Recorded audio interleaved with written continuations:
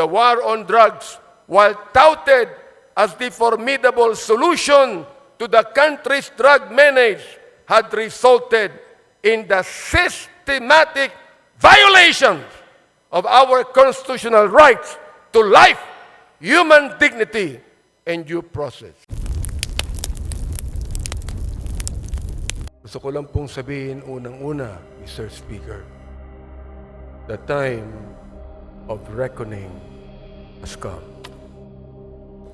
Nakalagay po sa Matthew chapter 7 and verse number 2.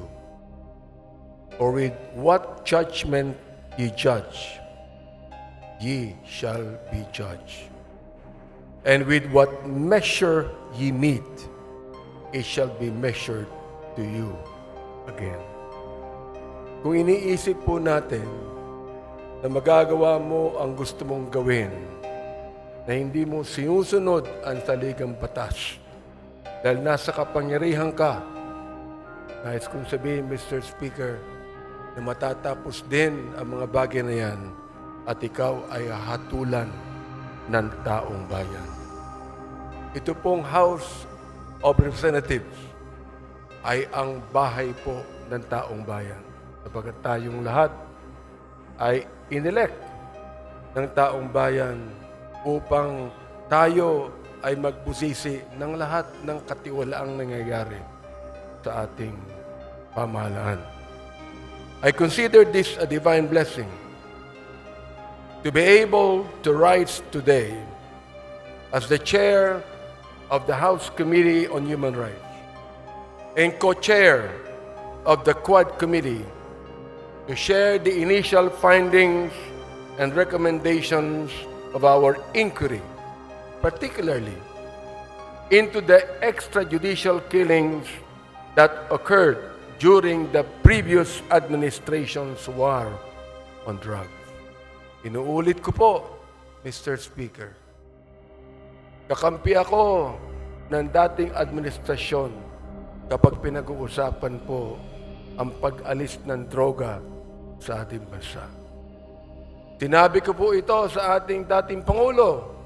Ang hindi ko lang maintindihan kung bakit kinakailangan merong mapatay na more than 30,000 people upang mawala ang drugs na ito. Nawala ba ang drugs?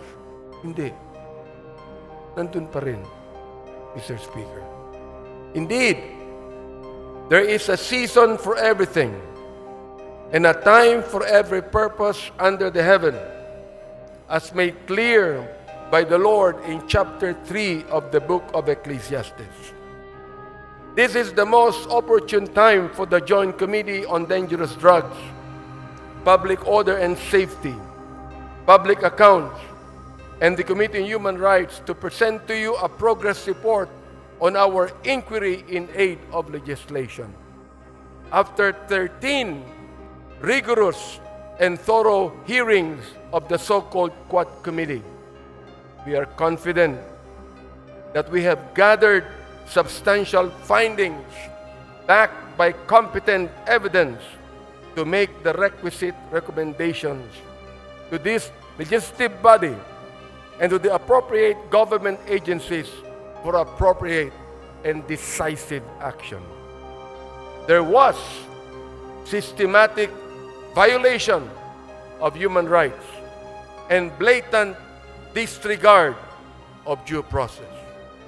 The deep probe into the extrajudicial killings, or AGKs, that occurred during the administration of former President Rodrigo Roa Duterte's war on drugs yielded a far deeper tragedy into the lives of the Filipino people rather than the protection and preservation thereof that it was heralded to accomplish.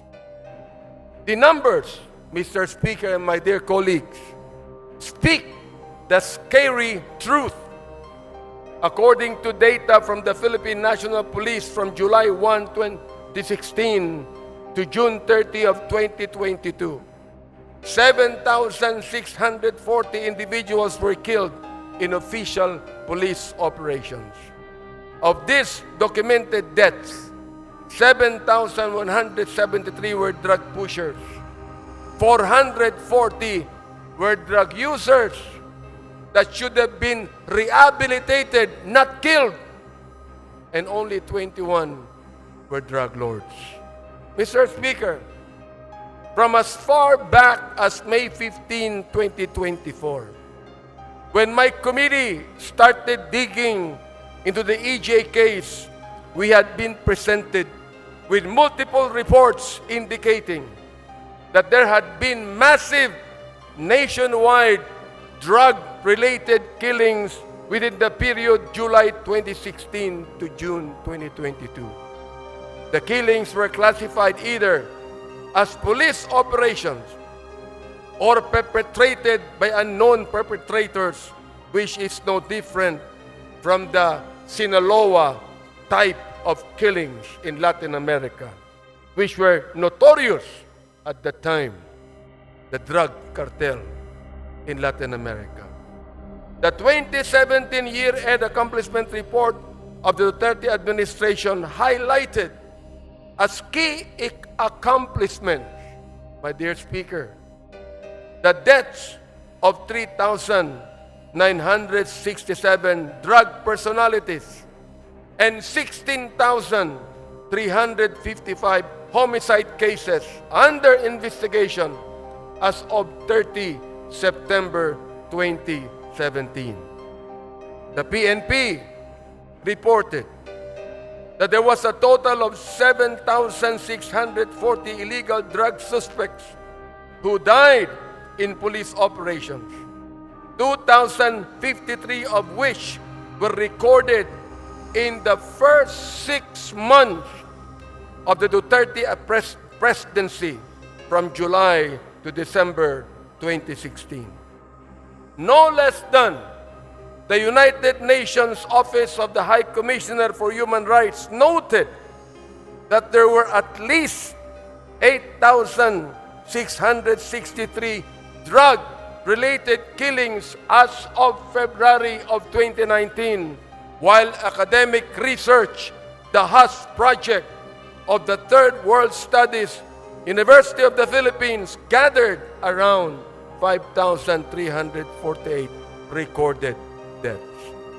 The Free Legal Assistance Group cited unassailable data in a Supreme Court en banc extended resolution that indicated that the Duterte administration's anti-drug war from July 1, 2016 to November 27, 2017 recorded a staggering total of 20,322 deaths, or a daily average of 39.46 deaths. Mr. Speaker and my dear colleagues, was the war on drugs truly aimed at dismantling the drug syndicates and put an end to this illegal and immoral trade?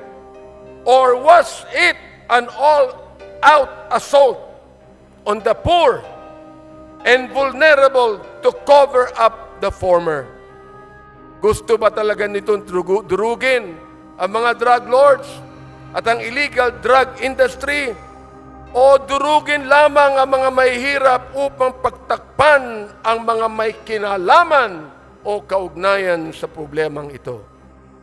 Clearly, the war on drugs, while touted as the formidable solution to the country's drug menace, had resulted in the systematic violations of our constitutional rights to life, human dignity, and due process.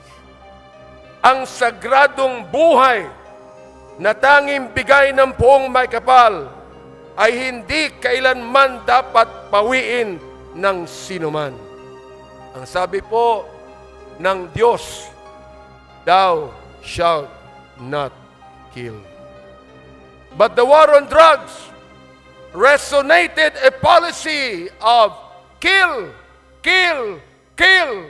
As the former president has always said, shoot them dead. Paano ito nangyari? one cannot look at all the evidence and not come to this credible and undeniable conclusion that former President Rodrigo Roa Duterte's public pronouncements encouraged, facilitated, and normalized the killings and emboldened some of our policemen who are supposed to be the protectors of the people to carry out the same.